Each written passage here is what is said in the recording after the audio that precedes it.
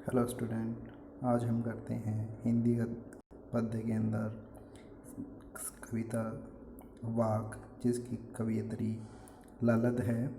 कवि इसमें ये है: रस्सी कच्चे धागे की खींच रही मैं नाव, जाने कब सुन मेरी पुकार, करे देव भवसागर पार।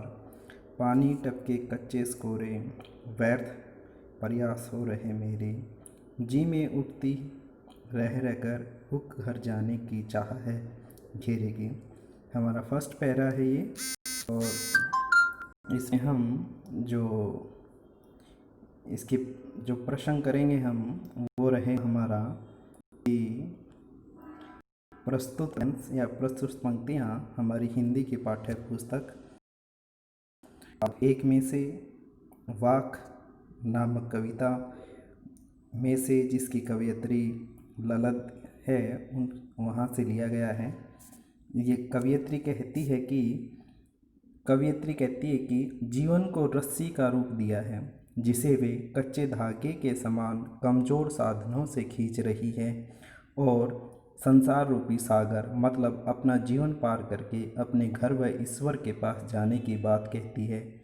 न जाने भगवान मेरी पुकार कब सुनेंगे, क्योंकि दुनिया में बहुत से उनके भगत हैं। इसलिए जीवन की मोह माया को देखकर मेरे मन में एक तीव्र पीड़ा उठती है, और मेरे मन में मेरे घर यानी ईश्वर के घर जाने की इच्छा आती रहती है। तो कवयित्री कहती है कि कवयित्री का कहने का भाव क्या है कि कवयित्री जीवन की मोह माया को छोड़ जीवन रूपी समुद्र पार करके ईश्वर के पास जाना चाहती है, अर्थात इस संसार से विदा होकर मोक्ष प्राप्त करना चाहती है। और इन लाइनों की जो विशेषता है, जो विशेष है, वो क्या रहेगा कि प्रस्तुत पद्य वाक शैली में रचित है, नाव तथा भवसागर में रूपक अलंकार है, भाषा सरल सहज व भावानुकूल है, संपूर्ण पद में संगीतात्मकता है। यानी इस कविता को हम एक संगीत के माध्यम से भी गा सकते हैं कि लय के साथ हम इसको गा सकते हैं। हमारा नेक्स्ट पहरा जो है, नेक्स्ट स्टैंजा जो है वो है: खा खाकर कुछ पाएगा नहीं, न खाकर बनेगा अहंकारी, सम खा तभी होगा समभावी, खुलेगी साकल बंद दवार की। तो कवयित्री का कहने का भाव क्या है? कवयित्री कहती है, मनुष्य को चेतावनी देते हुए कहती है कि इस जीवन में सांसारिक सुखों को भोगने पर कुछ भी प्राप्त नहीं होता। अर्थात मनुष्य जो है इस मोह माया के जाल में फंस जाता है, और जब वह इस संसार से विदा होता है तो इस मोह माया होने के कारण वह संसार से विदा नहीं हो पाता है। और यदि तू धन दौलत को जोड़ेगा तो तेरे मन में धन दौलत का अहंकार पैदा हो जाएगा। मतलब कहने का अर्थ क्या है कवयित्री का कि हम इन सांसारिक सुखों को कुछ पल के लिए प्राप्त कर सकते हैं, लेकिन जब इस संसार से में मृत्यु से मोक्ष प्राप्त करने की बारी जब आती है तो उस समय हमारे एक अहंकार उत्पन्न हो जाता है, और उस अहंकार के कारण हम इस संसार से या हम ये कहें कि हम मोक्ष को प्राप्त नहीं कर पाते हैं। ये मनुष्य के मुक्ति मार्ग में बाधक है।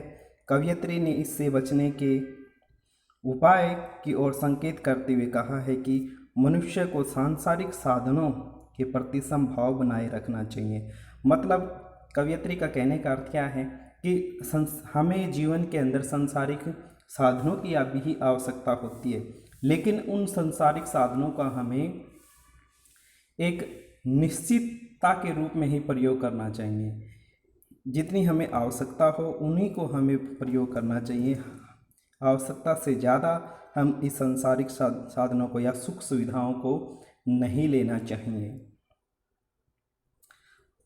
मनुष्य को सांसारिक साधनों के प्रति समभाव बनाए रखना चाहिए, तभी मनुष्य समभावी बन सकता है, तभी मनुष्य को सांसारिक मोह माया से मुक्ति मिल सकती है। मतलब अगर मनुष्य के मन के अंदर किसी भी प्रकार का मोह माया नहीं है तो वह इस संसार से मुक्ति पा सकता है। इस संसार से अपनी जीवन यात्रा को समाप्त करके वह भगवान के पास, ईश्वर के पास जा सकता है। कहने का कवयित्री का भाव क्या है कि कवयित्री का भाव है कि मानव को सुख दुख में समभाव बनाए रखना चाहिए। मतलब जब मनुष्य के सामने सुख या दुख जो भी आते हैं उनमें अपने आप को समभाव मतलब समान रूप से देखना चाहिए उसको।